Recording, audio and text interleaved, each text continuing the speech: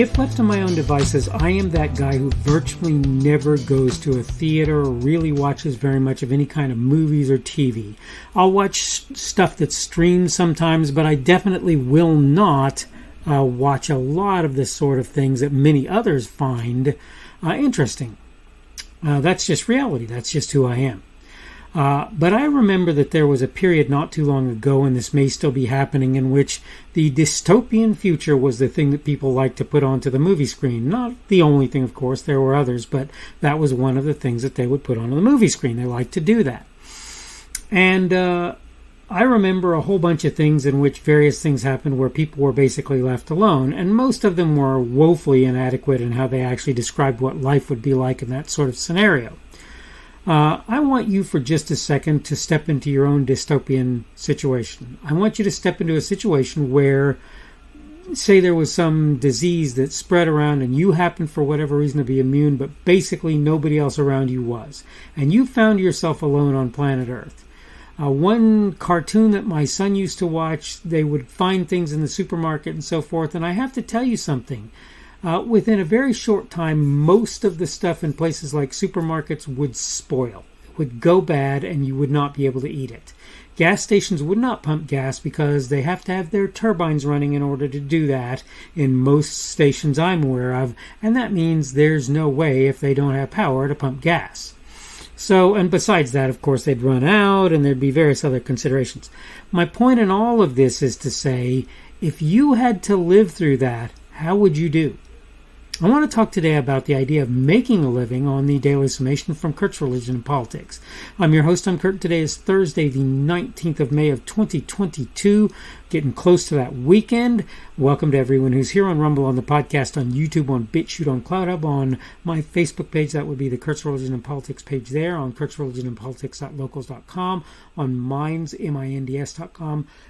Excuse me, primarily on the Kurt's Religion and Politics group there, on Parler, on Gab, and on Twitter. And today, as I say, we're going to talk about making a living. Let me go ahead and get through my notes so that you have some idea what I'm talking about. The way things work in the modern world has made it possible for people to have opinions nobody could have dared to have in the not-so-distant past. The idea, for example, that there are companies out there who hire people to work for them at all is not so old a concept. I'm not saying there were never any. I'm saying that they were much smaller and much rarer. A little over 100 years ago, if one found a way to make a living and used that to survive, that was great. That was how that worked. Lucky folks were people whose hard work and choice of position, what they chose to do, allowed them ultimately to have personal time so that they could do things they wanted to do that were not related to their day-to-day grind. Now, for some of them, the reality is it was their grind that actually they liked to do, so that made it even better. Such an existence was primarily the province of successful businessmen and skilled professionals for the most part. I'm not going to say totally, but that's largely the case. Today, it's assumed that large corporations will hire folks and pay them sufficiently good wages for them to not need to find any other way to support themselves. The assumption that such entities had a responsibility to do that is even more recent than that of others hiring one to work on an ongoing basis. The reality is, if you work to force folks to pay a certain level of wage or support people to such an extent they're able to achieve a comfortable home life and leisure time, what you do is disincentivize them. They begin to wonder why they've been working so very hard for what looks to them like very little gain. Going back to Dr. Thomas Sowell, though I may misquote him slightly, the real minimum wage is zero, because if people don't hire you, you don't get paid. Folks can and often do live perfectly adequate lives, keeping themselves in work without ever paying another person. And many such folks find ways to do that and still manage to have the time and money to spend on their needs and wants. What I'm getting at here is just not something you have to be a brain surgeon to understand. There are people who have been counted controversial for making a simple statement of fact. Nobody owes you anything. And we're not talking about you went into a transaction with somebody and the two of you agreed to something. We're talking about out of the gate, out of the box, nobody owes you anything. That's what we're talking about. If you found yourself on a desert island or in a part of the world where with basically nobody around you, who would give you a job? Where would your food come from? Would you have clothes? For obvious reasons, namely that many large businesses exist and that government regulation tells such folks how they ought to behave, among other things, people have come to accept that they're owed a life by individuals who happen to have done well for themselves. The reality is, if I ask you how much a given car is worth to you, you're going to make your case based on your internal value judgments. Why do we expect anything else from business owners where employing people is concerned? Bringing someone onto one's team or teams isn't about caring for them from the cradle to the grave, or even for some specific amount of time in between those two. Rather, it's about two people or their representatives bargaining and coming to a conclusion regarding what they're willing to put in the pot and what they expect to get out of that same vessel. Is that company owned by a greedy so-and-so? What's it to you? You're either willing to pay what they ask or you're not. Likewise, when you discuss working for them, when you discuss working for them, you're either going to take what they're paying or you're not, and work as they expect you to or not. Will they pay a wage you're willing to accept? Will the work hours be acceptable? Will they be able to expect you to do business as they want it done? If you, both you and the person hiring, can strike a deal, you've got a job. If not, you don't. How hard is that? How hard is that? Took me a little longer to get through my notes because I mouthed off a little bit at the beginning of my video. But I think what I'm saying should be obvious to a lot of folks. I work for a fair-sized company. They pay me pretty good money to do what I do, and I try to give them value for their money. I'm not saying I always succeed, but I really do try hard. I try hard to give them value for their money because I don't really want to be a gardener and a shepherd. Okay, I don't really want to do that. Yeah, I know my hamburger or whatever comes from cows. Yeah, my chicken I know is coming from some poultry farm somewhere, probably a big poultry farm somewhere, and they're having to kill it and pluck it and gut it and all the rest. Yeah, I get all of that. It's because I get all of that I realize that when people are willing to give me work, if I am willing to deal with them on the terms that they want from me, and if they're willing to deal with me on my terms, that works fine for me. That works fine for me. This idea that people are forcing you into some sort of job. No, they're not. They don't have to give you a job at all. They can tell you to, I would use a term that I shouldn't. They can tell you to go away. Shoo. I don't have anything for you. Have a nice life. They don't have to do for you what you think they need to do. Those people don't owe you work. So you want to do what you love. Okay, if you can figure out a way to do that, my answer to you is more power to you.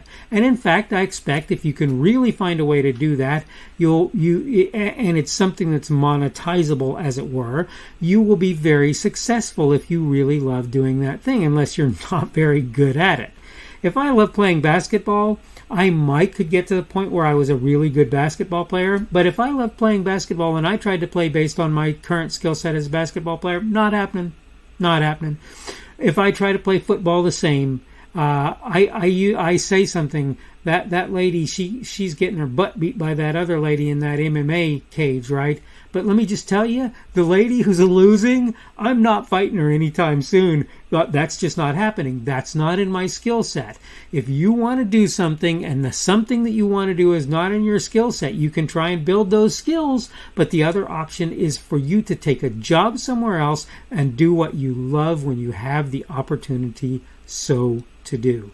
This is what I would say to you. But I'm going to say it again. You don't want to work for Google. You don't want to work for Target. You don't want to work for whoever it happens to be. Okay, don't. But remember this. They're not forcing your hand. You make the decision. They may decide they will or won't hire you, but they're not forcing your hand. Take it or leave it. If you don't like what they're giving you, don't take it. Okay. This is the Daily Summation from Kurt's Religion and Politics. I'm your host. I'm Kurt, and today is Thursday, the 19th of May of 2022. That means tomorrow will be Friday, the 20th of May of 2022, that beginning of the Sabbath at sundown tomorrow for those who observe it. I hope you have a good Sabbath tomorrow when it happens.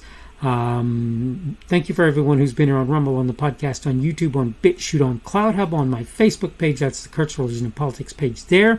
On kurtzreligionandpolitics.locals.com, on minds.com, primarily on the Kurt's Religion and Politics group there. Though sometimes, if it's an autism-related subject, you will see me on the Let's Talk Autism area. I haven't really gotten very much into anybody else at this point.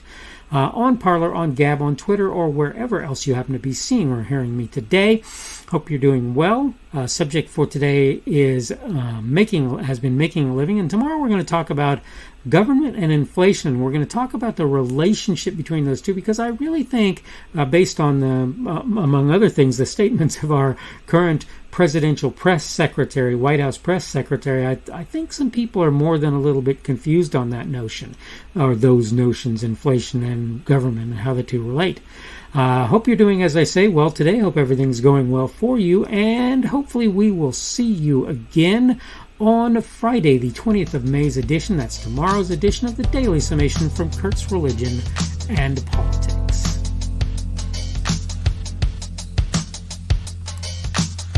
The speaker on this edition of the Daily Summation is Kurt Schubert. This podcast was recorded on Thursday, the 19th of May of 2022. The Daily Summation is created for Kurt's Religion and Politics.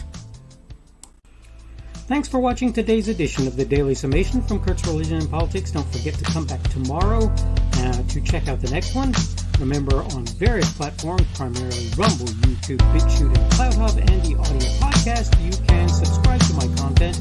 For the audio podcast, you probably want to use Apple, Google, or Spotify.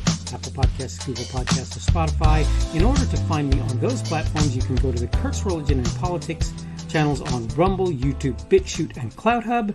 You can also get to my content on Facebook by finding the Kurt's Religion and Politics page there.